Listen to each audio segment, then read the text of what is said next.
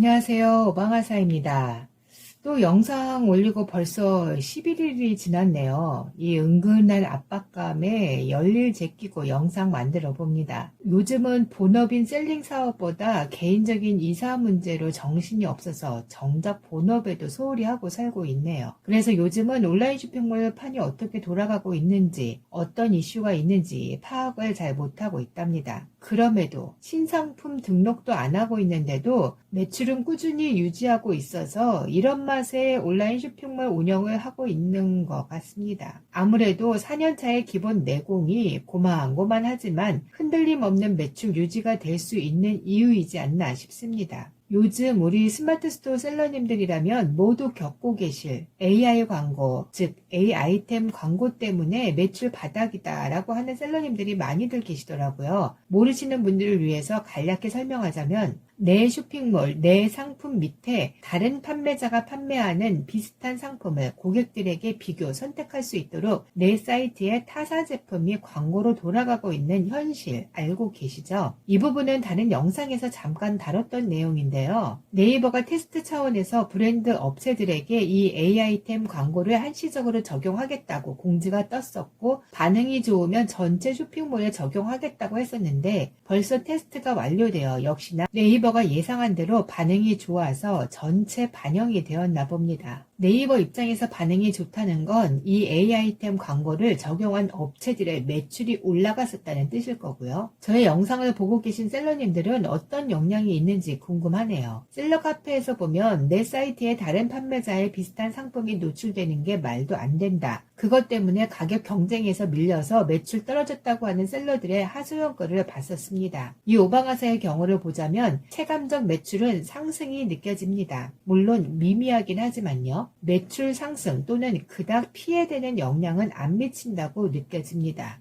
이 광고로 피해를 보고 있다는 셀러들과 이 오방아사는 어떤 차이가 있는 걸까? 또 이 오지라프 아줌마 셀러가 분석 좀 해봤습니다. 아마도 해외 구매 대행 대량 등록 또는 국내 도매 사이트를 통한 프로그램 대량 등록 판매자들은 썸네일과 상세 페이지를 수정하지 않는 이상 AI에게 쉽게 비슷한 상품으로 인식되게 되어 비교군으로 묶이게 될 수밖에 없는 게 이유이지 않나 싶습니다. 저의 경우 마찬가지로 위탁 제품으로 판매하는 상품들이 대부분이긴 하지만 위탁이던 중국 수입이던 썸네일은 무조건 다르게 가는 전략이거든요. 상세 페이지는 주력 상품 외에는 도매 사이트 상세 페이지를 그대로 쓰고 있고요. 그렇다면 썸네일만 살짝이라도 바꿔도 비교군으로 묶이지 않는다고 봐야 하니 이 영상을 보고 계신 셀러님들 썸네일만 신경 써도 매출이 달라지지 않을까 싶습니다. 지금 다시 한번 베타 광고를 살펴보니 비슷한 상품군으로 비교 추천하는 게 아직 많이 시스템이 어설퍼 보입니다. 전혀 비슷하지 않은데도 같은 카테고리라는 이유로 비교 추천해주고 있네요. 네이버 AI 시스템이 베타 광고는 아직 걸음마 수준이지 않나 싶습니다. 그래서 더욱 썸네일을 살짝만 바꿔도 비교군으로 쉽게 묶여서 노출되기 쉽지 않다고 봅니다. 단, 다른 영상에서도 언급한 말인데요. 우리 셀러들이 쿠팡, 알리, 테무보다 더 무서워해야 하는 게 바로 정보의 균형이라고 했었잖아요. 지금 네이버의 베타 광고가 좀 더 정밀해지고 상세해진다면 그래서 AI가 비슷한 상품을 아주 정확히 찾아내서 고객들에게 정밀하게 노출시켜 준다면 그때는 이 오방아사도 이 바닥에서 살아남아 있기 힘들지 않나 싶습니다. 인터넷 쇼핑몰 시장에서 AI가 얼마나 정확하게 세밀하게 빠르게 발전하느냐에 따라 우리와 같은 소상공인들이 설 자리가 점점 없어질 것 같은 무서운 예감이 듭니다. 그런데 말입니다. 그래도 당분간은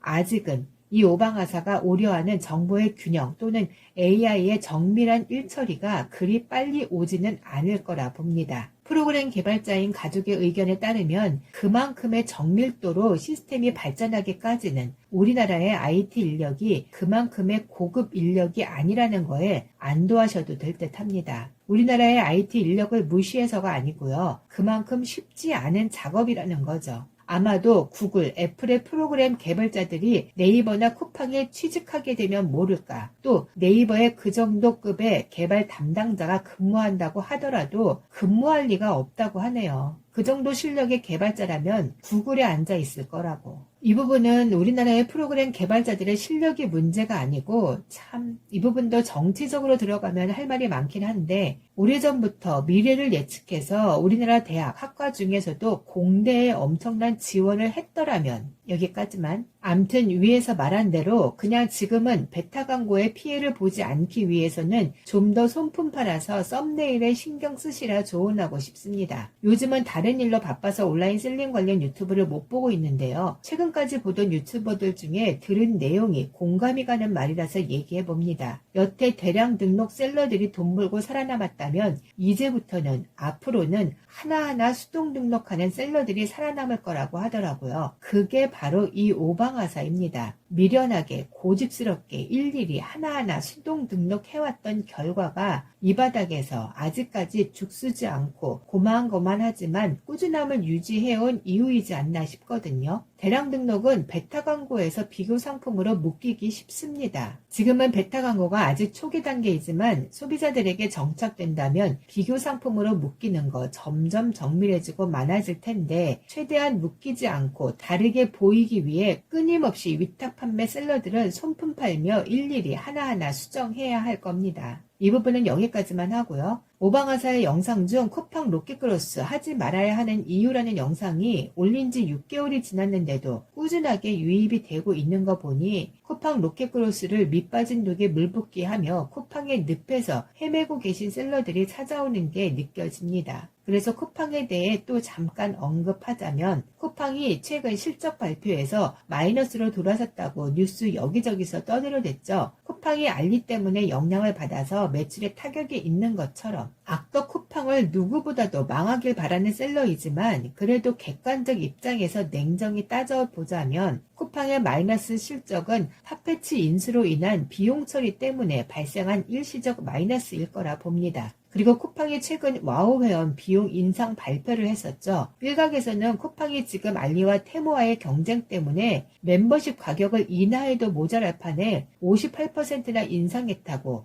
쿠팡이 제정신이냐고 비판의 말이 많더라고요. 카더라 통신일 수도 있는데요. 어디서 우연히 들었는데 쿠팡이 멤버십 비용을 58%나 인상을 발표하기 전 내부적으로 멤버십 해직 고객들이 많아질 수 있다는 것까지 감안했겠죠. 쿠팡의 입장은 멤버십 비용을 인상했을 때 쿠팡 멤버십 중 반이 탈퇴하더라도 멤버십 비용이 흑자라고 합니다. 다시 말해 멤버십 비용 인상 후 50%의 멤버십 탈퇴 이루어질 수 있다는 것까지 감안하고 멤버십 비용 인상 발표를 했다는 거죠. 쿠팡은 바보가 아닙니다. 부실한 기업 팟패치를 인수한 것도 팟패치라는 회사를 쿠팡이 인수하자마자 흑자로 바뀔 거라고 예상하고 인수했을까요? 내가 쿠팡 대표라면 한창 잘 나가는 기업도 아니고 골골거리고 있는 회사를 인수해서 쿠팡 입맛에 맞는 사업으로 변모시키기까지 한 3년은 잡을 것 같은데요. 그 3년간의 팟패치 인수로 인한 적자도 당연히 감안하고 인수했을 거고요. 나 애널리스트도 아닌데 방구석에서 이런 걸 떠들고 있네요. 암튼 쿠팡을 홍보하려고 하는 말은 아니고요. 개쿠팡이지만 이 방구석 아줌마 셀러의 주관적이면서 객관적 판단으로 쿠팡을 이야기한 거고요. 쿠팡을 판매하면서 여러분도 느끼실 것 같은데요. 쿠팡이 아주 적극적으로 열심히 광고 영업을 하고 있는 거 느껴지시지 않나요? 물론 예전부터 쿠팡이 광고 영업을 하긴 했었는데 좀 더 적극적이다고 느껴지던데요. 쿠팡이 왜 광고 대행사도 아닌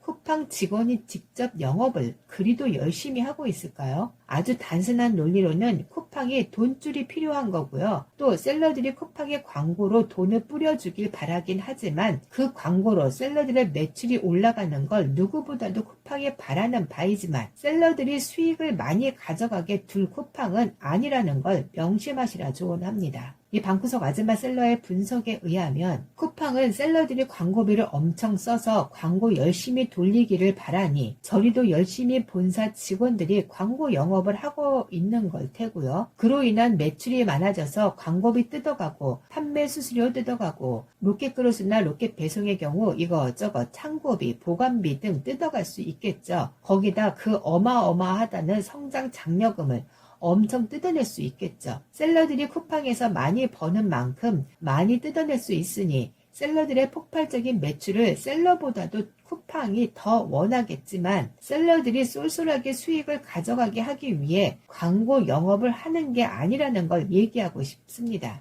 이 관점으로 접근해서 쿠팡 광고를 돌리시면 그동안은 쿠팡이 하라는 대로 쿠팡이 원하는 광고 세팅이 되었었다면 이제부터라도 셀러 주도적인 광고를 돌려보시라 조언합니다. 이렇게 말한다고 이 오방아서가 쿠팡 광고를 잘 하냐? 쿠팡 광고도 할 말이 좀 있긴 한데 오늘도 말이 또 길어져서 여기까지만 하고요. 다음 영상에서 어떤 내용을 쏟아낼지는 모르겠지만 곧 다시 돌아오겠습니다. 안녕.